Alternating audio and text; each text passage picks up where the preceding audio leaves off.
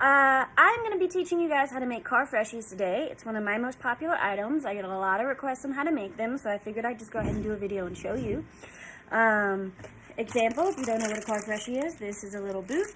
The smell is Love Spell. It's beautiful. It's kind of like Victoria's Secrets. Here's another one, a moon. It's my most popular shape. This is Eucalyptus, but as you can see, it's just a little ornament that you put in your car, hang on your dash, mirror, and it smells your car. They last from 10 to 14 days, longer if you live somewhere where it's hot. They do have the ability to fade a little bit if it's a lighter smell, but most of mine are pretty strong. Things that you're going to need in order to do this: so you'll need an oven, a cookie sheet, a cookie cutter of some kind. I have a little heart here, thanks to Valentine's Day. Something to put it in. Glass jars are my favorite. You can use something else, but these are easy to clean and easy to reuse. Then you need some type of colorant. This is a liquid candle dye in red. You can also use mica powder, like these two. These are Stardust micas from Amazon. I can put a link below. I really like theirs. They're very bright and vivid. You can use either one. I tend to go a little bit more towards candle dye, but I've used both.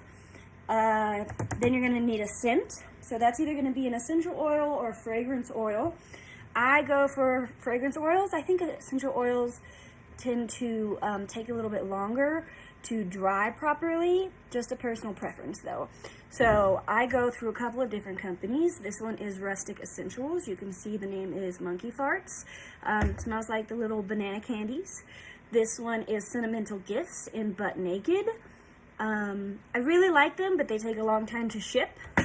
This is Lone Star Candle Supply, which is my favorite provider.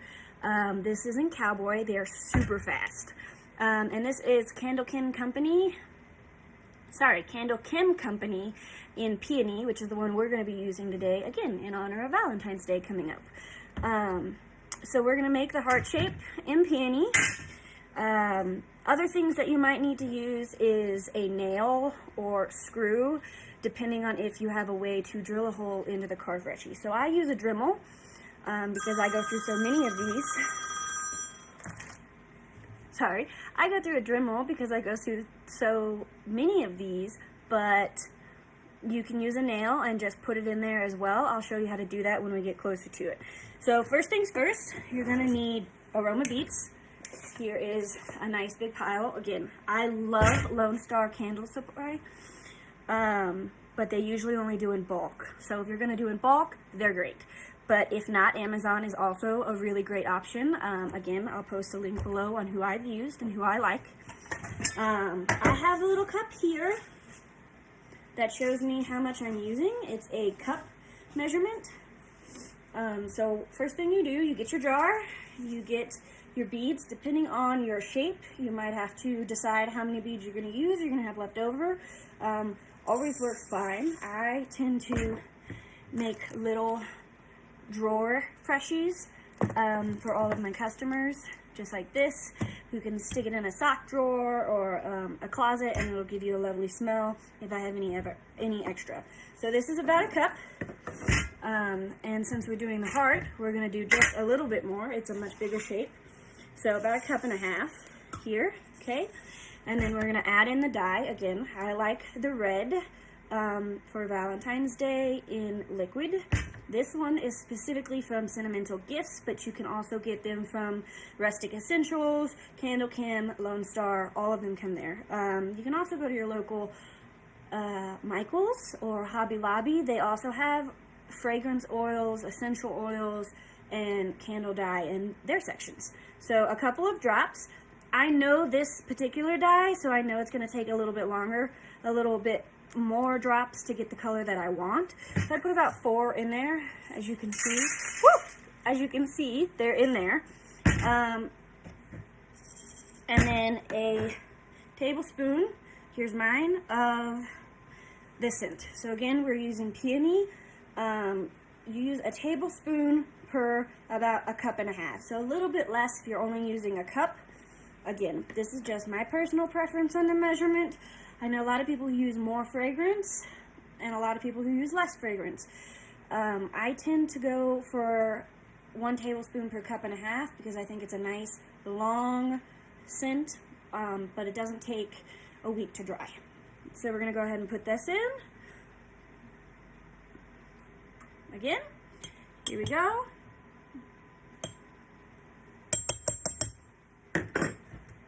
And then we're going to close off the jar and shake. You can see how it's already turning, and you can see how wet those beads look in there. Now, this is the point where you look at the color and decide if you like it. I don't. I think it's still a little light to me, so I'm going to add a couple more drops.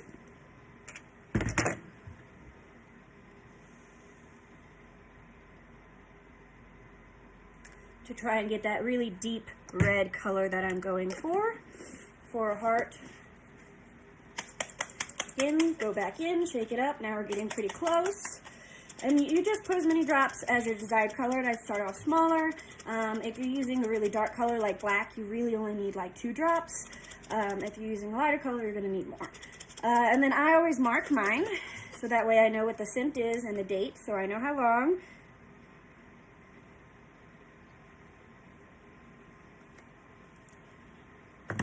Okay, and then you have to let it sit, just like this.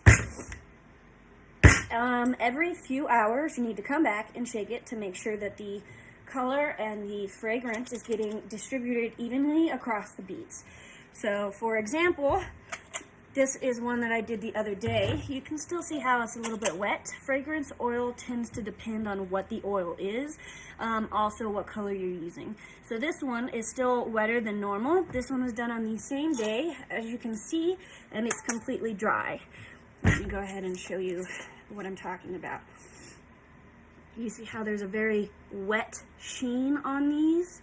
So that's how you know that it's not ready yet. But when it is ready, the beads will clump together around the sides and the bottom, and you just go in there, shake it, get those all off of there, make sure that they're not continuing to stick, and then put it back down again, wait for another couple hours, come back. I tend to do this about 3 or 4 times. Once it is completely done though, as you can see, it won't stick on any of the sides. It will be completely dry and good to go. Now I know this one doesn't look like it has one because it's a clear one, but it is not. It's in fact woodstock, so that's how that one goes. Okay, that's what you're looking for. This is how it should start out. Very wet, very all on the sides. Shake it every couple hours, 3 or 4 times. Within 24 hours, you're going to get more of a this look, and then you're going to go to a completely dry. Now with the ratio that I use, the 1.5 and the tablespoon, I find that that works best for it to dry within 24 to 48 hours. A couple of them though can last a little bit longer. Like I said, this one's from the 3rd, so it's already over 72 hours now. It'll take a little bit longer, but I knew that putting the color in just because I've done this so often. So that's what you're looking for. I'm going to go ahead and put these ones away so that way I can show you what the next step is after that. Obviously that color is not ready to go, but I did prepare for the video so we would have something to show you. So I have this one that I already made, a beautiful lush red. You can see how it is good to go. It's only sticking a little bit, but that's because it's stuck on the bottom. If I put a stick in there with some scissors, it'll come right off. See that? Excuse me. So, again, you're going to shake it, make sure it's good, make sure there's no clumping, and then you're going to take your cookie sheet. I have a small one because I have a small oven. I do not use a big oven in the house. I have a convectional oven that I use. I only use 1 per sheet because it's a smaller oven and I want the heat to be distributed evenly, so I know the exact time it takes for it to come in and out. But you can use a bigger sheet. You can put a couple of them on 1 sheet in order to get it done quicker. Then you're going to take your cookie cutter and you're going to take your scent. Now, if you don't have a Dremel or a drill to be able to drill a small hole in this, you're going to put your nail in where you want your hole. So for example, this heart, I would want the hole right here. So I would take the nail, put it in there like that, and I would put it like this. And I would make sure that when I'm pouring the beads and putting them in the cookie cutter that it's not moving around, or I remove it to where I want it to be. Make sure it's touching the bottom of the cookie cutter and there are no beads underneath the nail. So as we were saying, you're going to go ahead and do this and pour the fragrance, the aroma beads in with their fragrance and color. And then you want to smooth it out. I tend to use a paintbrush. I don't like to stick my fingers in the aroma beads. They tend to make your fingers smell pretty bad. And I'm trying not to be wasteful with gloves. To push them around and make them pretty level. And then you want to put more in where it's necessary. Again, the key here is to try and make it as level as possible.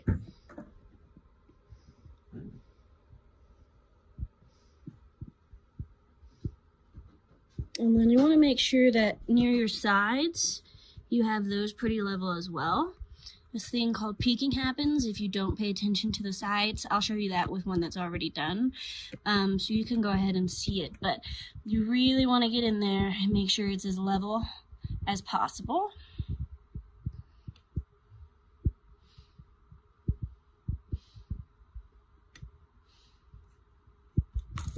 Great, that looks good. And then we're gonna go ahead and go to my oven. So it's over here. You're gonna have to excuse the mess. And if you just wanna look real quick at my temperatures. So here's the oven. You can see that the temperature over here is at 350. It's on bake. Again, it's a convectional oven. So when you go to turn your oven on again inside your house, or maybe you have an oven outside, 350 is the temperature that I go to. You're gonna have to test it for your oven to know whether or not that's going to work. 350 might be a little bit too light. I'd start off at 350 and then go from there. So this oven is at 350 and then for 5 minutes at a time. This one's a little bit longer, so I know it'll probably be about 6 minutes. Some of the other shapes though do not take that long.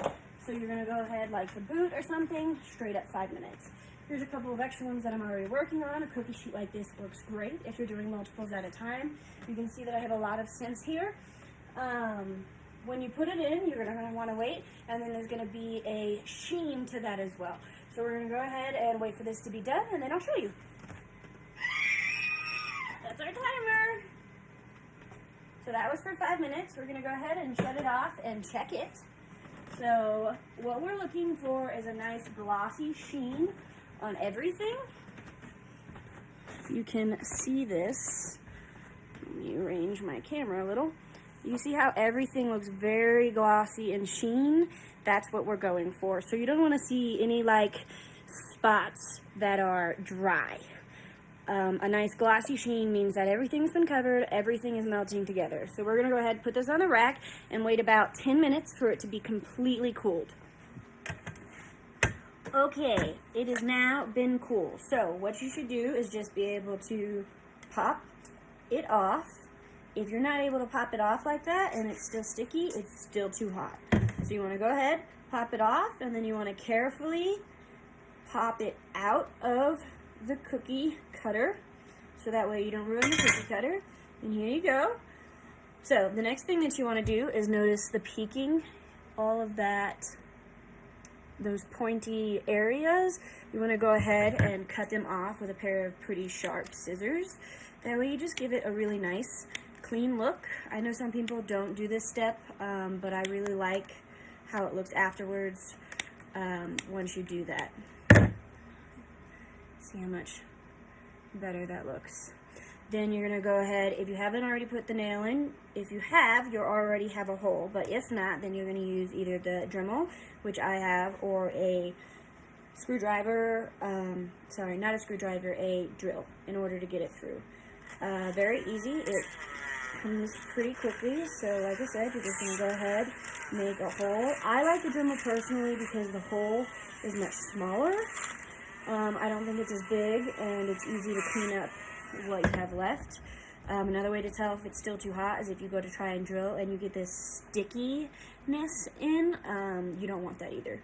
So I don't know that you can see that, but there's a little baby hole right there. And then you're gonna grab, I use twine, but you can grab ribbon or string or yarn. I do about 12 inches to give enough people to be able to tie it off on their dash mirror. And you're gonna go ahead and put it through the hole. And there you go. You have a nice little car freshie that smells, this one like peony for Valentine's Day, and it's great. This one's pretty big, as you can see. This is my hand. It's almost giant. It's probably one of my biggest ones, but I really love it. A couple of other ones that I've done today. We have a longhorn. Isn't that nice? This one's leather. We have a dog. I'm pretty sure it's a German Shepherd, and this one is apple, harvest, and then another crescent moon. This one is Woodstock. So there you go.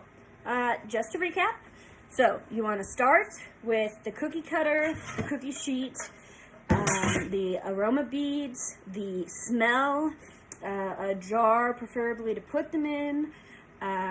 You're going to put everything in the jar, you're going to shake it up, you're going to wait. We still have our jar from today, as you can see. Again, shake it a couple times throughout the day. Make sure you can get it off of those sides. Then when you go to start, you're going to want to preheat your oven to 350. I would test 350 out. Then put the scent that's already dry into the cookie cutter and the sheet, just like so. And then I do 5 minutes. This one did take 6 minutes because it's a bigger one. Most cookie cutters, I've noticed, only take about 5. If you don't have a full copper, that's fine. Any cookie cutter will work as long as it's metal.